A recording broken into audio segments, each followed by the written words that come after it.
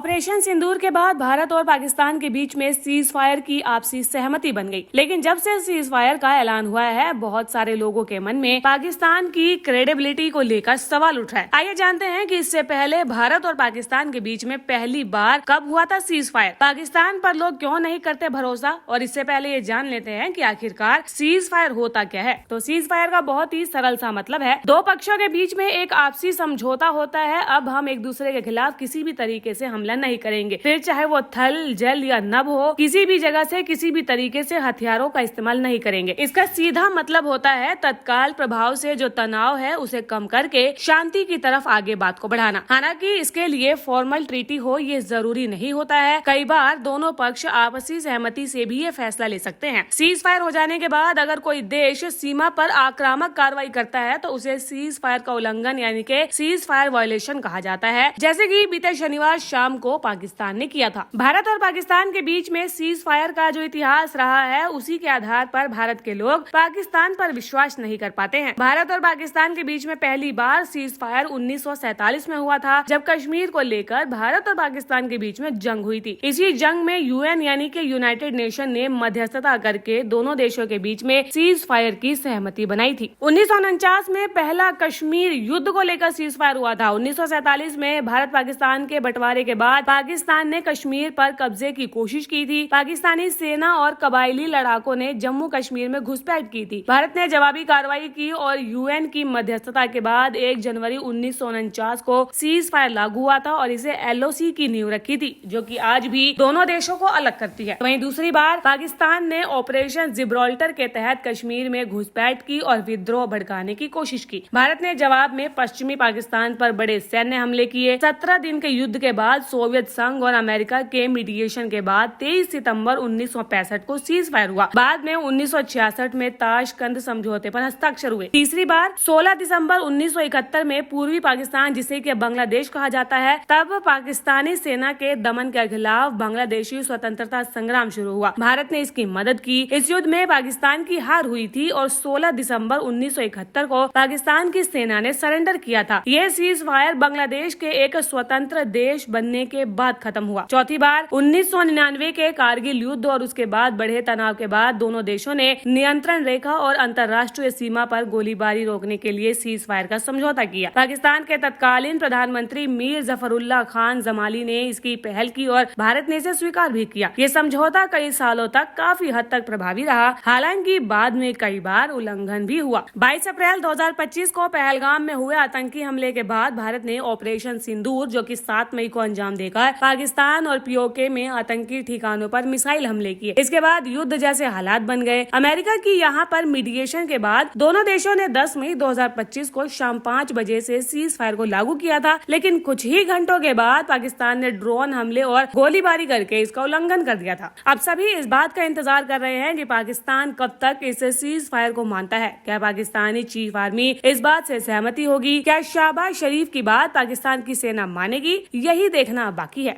पाकिस्तान ने कई बार cease fire समझौतों का उल्लंघन किया है। 2003 के बाद 2003 में लागू हुए समझौते के बावजूद पाकिस्तान ने कई बार एलओसी पर गोलीबारी की, खासकर 2013, 2016 और 2019 में। भारत पाकिस्तान ने 3-4 दिनों से जारी तनाव के बाद अब सीज फायर की घोषणा कर दी है। हालांकि भारतीय सेना ने इसके कुछ ही घंटों के बाद ये बता दिया कि पाकिस्तान की ओर से सीज फायर का उल्लंघन किया गया। भारत का इस साफ तौर पर कहना है कि दोनों देश के बीच में बनी सहमति का ये घोर उल्लंघन है और अगर ऐसा होता है तो सेना इसके लिए बड़े कदम उठाने पर मजबूर होगी। भारत के विदेश सचिव विक्रम मिस्त्री ने देर रात इंटरनेशनल बॉर्डर समेत नियंत्रण रेखा पर सीज फायर का उल्लंघन करने की निंदा की। उन्होंने कहा कि इस तरह की हरकतों का सैन्य बलों को मजबूती से जवाब देने के लिए कहा गया है।